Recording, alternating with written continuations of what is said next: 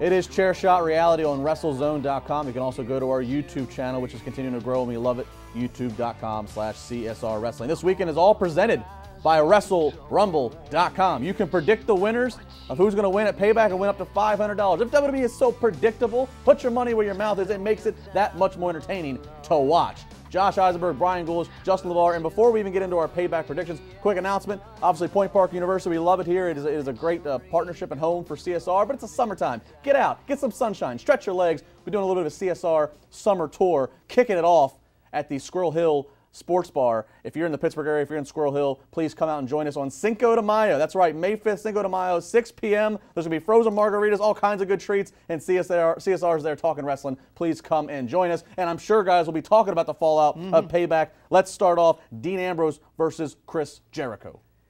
I mean, for as much as we've seen Chris Jericho get over against AJ Styles, and then in other times he puts guys over, I think this isn't one opportunity where they know Dean Ambrose moving forward needs this win.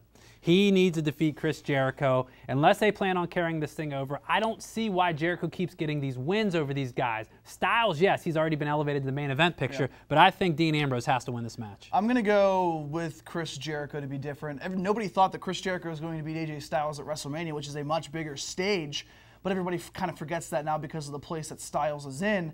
I think Jericho and Ambrose is more than just a one-off, and I think it's going to be 2-3 months. I think they face each other again at Extreme Rules, which is less than 3 weeks away. It could be some sort of a last man standing match, or even a street fight, which we saw Ambrose underperform at WrestleMania against Brock Lesnar. But I do think Chris Jericho dirty wins this match. I mean, it's not going to be a clean Chris Jericho victory. He's not going to make Ambrose tap out. He's going to get something, and it's going to be Chris Jericho's way to win at Payback. I do agree with you. WWE has to kind of almost book for two simultaneous pay-per-views because Extreme Rules is so quick after Payback. I do think that this is going to carry over to Extreme Rules. I think that plays in perfectly with the lunatic deal with Ambrose. But I do think Ambrose gets the win here at Payback. I think he gets the win. Possibly the next night on Raw, we get some kind of attack from Jericho, maybe with some type of weapon or something that foreshadows what kind of a gimmick match we get at Extreme Rules. I will say, though, on the go-home episode of Raw, this was, when you hear about the term, they did excellent business. I thought the entire thing with Jericho and Ambrose was done really well, ending with the submission on the table, on the commentary table. I thought it was just well done all the way around. Doesn't that just feel like there's something special missing, though? Like, every Jericho feud, I feel like, I really like Jericho, and I've been a fan of Jericho's almost his entire career, ever since, even the Cruiserweight days in WCW. There's just something missing, and it might be because Jericho's been exposed to us for so long. Redundancy. And he's not the Triple H guy where he's like this #1 guy who's constantly putting on great matches at WrestleMania and great feuds. There's something missing. Well, the one thing about Jericho, for many times he can flip heel and flip face again, the one thing to stay consistent is the way he's presented. He doesn't go through a character change. Jericho comes out and he's that same brash, in-your-face type of guy. He's honest, he's forthright. If he's a heel, he gets edgy. Says idiot 5 times in one promo. Gets on your nerves if he's a heel, and if he's a face, he can play the face thing. But we all know Jericho's best work, heel Jericho. I agree. All right, well, talk about heel Charlotte. Charlotte versus Natty here for this WWE Women's title. Rick in Charlotte's corner. Bret the Hitman Hart.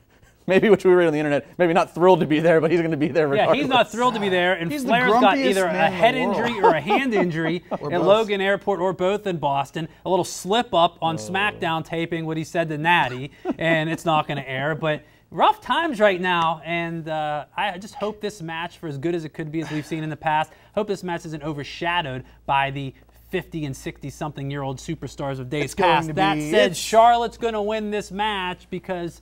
why would Charlotte lose this match?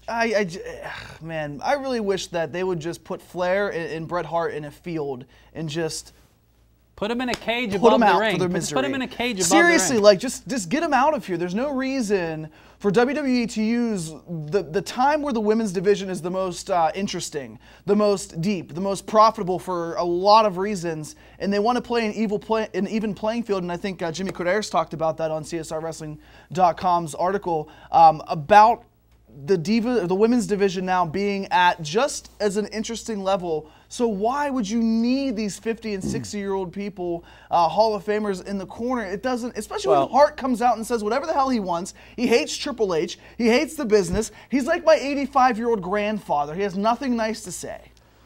Well, I have to stick with, I said a few weeks ago in a segment with Rennell that because they're making this so much about the family legacies, you kind of needed to do this. So I'm going to stand by that. But I don't want these guys to overshadow, and I don't know what I'm expecting out of this. It's kind of reminding me of the pre-show of WrestleMania 12, the geriatric matches. Oh, God, the goofiness. I could of see this, if The Rock and Stone Cold Steve Austin had daughters who were facing off each other and they could still physically get at it in the ring. What are you going to get if Bret Hart and Ric Flair are supposed to get physical because Ric Flair's interfering? It's not going to happen. Well, nonetheless, I think we could all agree Charlotte retaining the title. Nice to see Natty get this spotlight and be a babyface focus in the women's division, but doesn't seem like she's going to. Is this a one-off for her? Does Extreme Rules transition into another diva? I would think so. I think you have to have Natty kind of. Or maybe it transitions into, even though they've overdone maybe Charlotte, Natty, and another diva. I don't know, but another triple threat. Yeah. I think you give her the one-off here, and I think Extreme Rules you need to have another diva, and I think Charlotte needs to go through 3 or 4 divas before getting to SummerSlam and potentially facing Sasha Banks or Bayley. Is there any other family out there with? I can't think off the top of my head where there's a diva. Jax, but she ain't ready for yeah, there's a diva who has an uncle or a father, and they could come out and bring Paige's family over. Oh my goodness, we don't need to do that. But how about Vince McMahon, guys? A big segment at Payback is the announcement of what Vince McMahon will do. And a lot of speculation who's in charge of Raw. We've seen Shane, albeit losing, in charge of Raw. I say we put Shane versus Stephanie in a Hell in a Cell, and we make. Oh yeah, Extreme Rules. Throw it in there. No, look. The common thought would maybe be that there's a brand extension coming. I know that I keep hearing that from people as soon as this whole announcement, the announcement about the announcement was given. But I hope to God that it's not a brand extension, because my thought with the brand extension is, first off, you need 2 world titles, and No, you don't. I think you do. You don't. You really don't. I think you do. You don't. Well, because you have 2 secondary titles in the U.S., which. Is that even a thing right now? It's not even on the script. We're not even talking about it. Exactly, and that's the point. They can put the U.S. Intercontinental like they did before, have the tag team and the World Championships and the Divas kind of all filter. And here's the other thing. I know that these shows are long, so you feel like, oh, well, if we do a brand extension, more guys are going to get more airtime. I just don't know. I think if you designate that these guys are only on SmackDown, I know SmackDown is a pretty good show when you watch it, and it helps that it's only 2 hours versus 3 of Raw. But until SmackDown is live on Tuesdays, you're never going to have an even playing field that you can actually say SmackDown is beat Raw this week. So if you designate these guys, if you designate whoever, Kevin Owens or whatever group of guys that go to SmackDown to fill that roster, I feel like you're basically putting them in an area where a third of the audience is going to see them compared to what they see on Raw. I don't want a brand extension. I have to imagine that something that comes out of this is Triple H maybe attacks Shane. And that sets up potentially moving down the line for SummerSlam, I think, in Brooklyn, to where Shane's run may come to an end with the company at this time. But could there be a third? There's a Republican and Democratic pennant, but there's an independent third-party swerve Vince might be thinking of, and he might say neither of you are running Raw, and somebody else were to come Maybe Vince out. is running it. And that's what I'm going to spin off of. I'm going to bring the Josh system back because I know how much Brian Ghoulish loves it. Jabroni. All he needs to do is this. Just originate something historic. Something that we're going to be talking about for the next 2-3 months because ratings are so low. A 2.3, 2.2 for Raw with 3 million views. I'd love to play Scrabble with you sometime. Because you'd lose.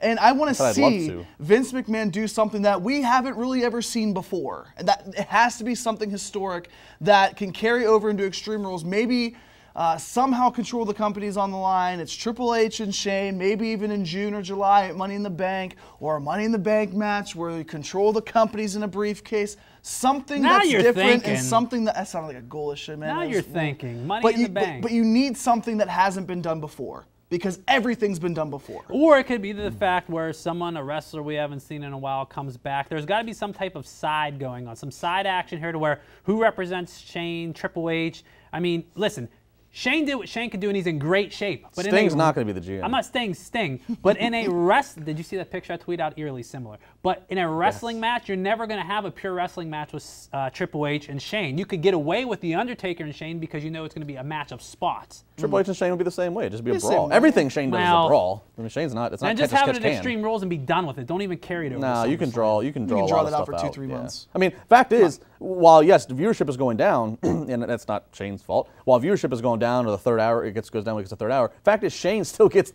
the biggest pop basically of it's the not night. Shane's. No. It's not Shane's fault. This is just a downtime in general, I think, especially with the playoffs, NBA, NHL playoffs. There's so much more things going on. Well, they can say ratings, and yes, maybe that's the point. Russo talks about it a lot on his show. All these marks talk about, oh, well, the ratings are down, so you need these big stars to come back. No, you just have to kind of keep going with what you think is going to be and the long run. Well, and one final point too. Like, I mean, I've enjoyed these last 4 Raws. Me too. I've I think it's them. been very good programming. But what I find interesting is that what this, and I think that you have to take away, is that the third hours continue to decline when they get to it. And look at this past week, they put Reigns in it, but look at what they've been putting in. Kevin Owens and Dean Ambrose, which I enjoyed. I just found it as a main event. But they're putting people. They're exploiting the new, fresh talent, which we as a hardcore fan base enjoy. But that doesn't do much for the people that are flicking the channels between the playoffs. Well, then at the end of the day, you have to get the establishment versus the new guys. You have to have one. You're going to have Shane or, Triple H take the young guys. Now, Shane's brought them up, but it's Triple H's plan down in NXT. Yeah. And or on the vice versa side, you have to have these older guys, these established stars who don't want to give up their spots. That's what you're going to have to see. I agree. In some capacity, they are going to feud. We earned overtime. We got to get out of here. WrestleRumble.com. We'll be plugging it all weekend. The polls are open right up till 7:59 p.m. Eastern. You can make your predictions. Each match worth a certain amount of points. You can try to win money and other prizes. Go check it out, WrestleRumble.com. We've got more predictions coming up. CSR on WrestleZone.com.